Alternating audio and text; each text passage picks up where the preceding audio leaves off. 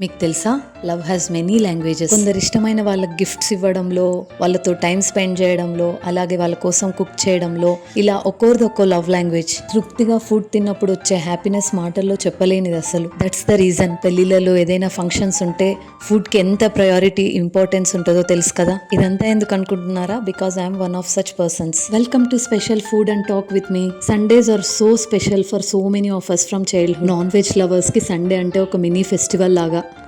ఏమిటమ్మిది? చారు. ఈ చారులు పులుసులు నా బాడీకి అంతగా పడవు. కాసింత మాంసం కూర, చికెన్ కురుమో, చేపల పులుసు అంటే వేసుకోమని ఎన్నిసార్లు చెప్పాలి?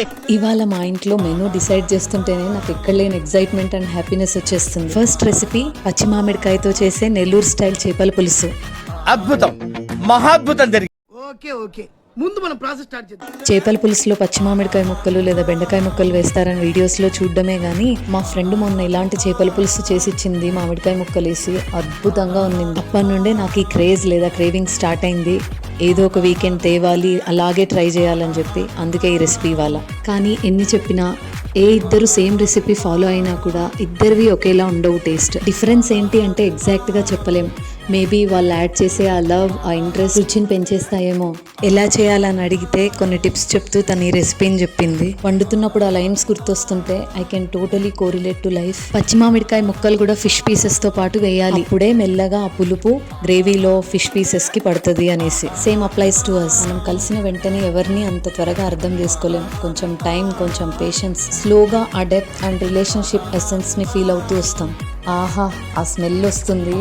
అబ్బా, ఇప్పుడే రైస్ పెట్టుకొని వెంటనే తినేయాలనిపిస్తుంది అసలు. నన్ను చూస్తుంటే నోరూరుతుందా? ఏం చేస్తాం, నా వాసన, నా టేస్ట్ అలాంటిది మరి. But still we have lot more to do. మెనూలో ఇంకా fish fry and chicken curry కూడా ఉన్నాయి. సో ఫిష్ కబాబ్ అంటే నాకు చాలా ఇష్టం. రెసిపీ కూడా పెద్ద కాంప్లికేటెడ్ ఏం కాదు. కొంచెం జింజర్ గార్లిక్ పేస్ట్, కారం, ఉప్పు, పెప్పర్, కొన్ని మసాలాలు, corn flour and lemon juice. కాసేపు మ్యారినేట్ చేసి ఫ్రిడ్జ్లో ఉంచి డీప్ ఫ్రై చేస్తే రెడీ అయిపోతుంది. కొంచెం పేషెన్స్ కావాలనుకోండి.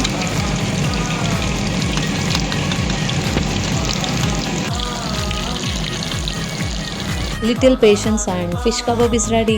లైఫ్లో కొన్ని బ్యూటిఫుల్ మూమెంట్స్ ఇలాంటి ఆర్డినరీ సండేస్ వల్లే వస్తాయి. లైక్ కిచెన్లో వచ్చే అరోమా లేదా ఆవిరి, ఆ స్మెల్, లాస్ట్ పీస్ ఎవరు వేసుకుంటారు, ఎవరికి వేయాలి అని చూపించే ఆ లవ్. ఎన్నో ఇయర్స్ తర్వాత కూడా గుర్తుండిపోయే స్టోరీస్ అవి. అందుకే నేను ఇవాళ రికార్డ్ చేస్తుంది కేవలం రెసిపీ మాత్రమే కాదు, ఈ రోజు ఉన్న ఫీలింగ్ని. లైఫ్లో ప్రతి సెలబ్రేషన్ గుర్తుండకపోవచ్చు, బట్ ఇలాంటి సింపుల్ సండేస్ లేదా ఫుడ్ డేస్, ఫ్యామిలీతో కలిసి మంచి ఫుడ్ తిన్న రోజులు అన్ఎక్స్పెక్టెడ్గా లైఫ్ లాంగ్ మెమరీస్గా ఉండిపోతాయి. అందుకే ఈ వీడియో రెసిపీ కోసం కాదు, ఫుడ్ షో చేయడానికి కూడా కాదు, ఈ ఫీలింగ్ని గుర్తుపెట్టుకోవడానికి.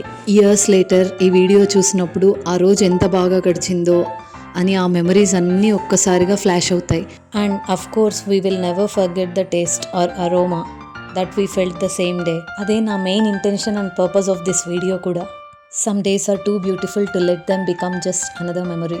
Finally, after a heartful meal, mission accomplished.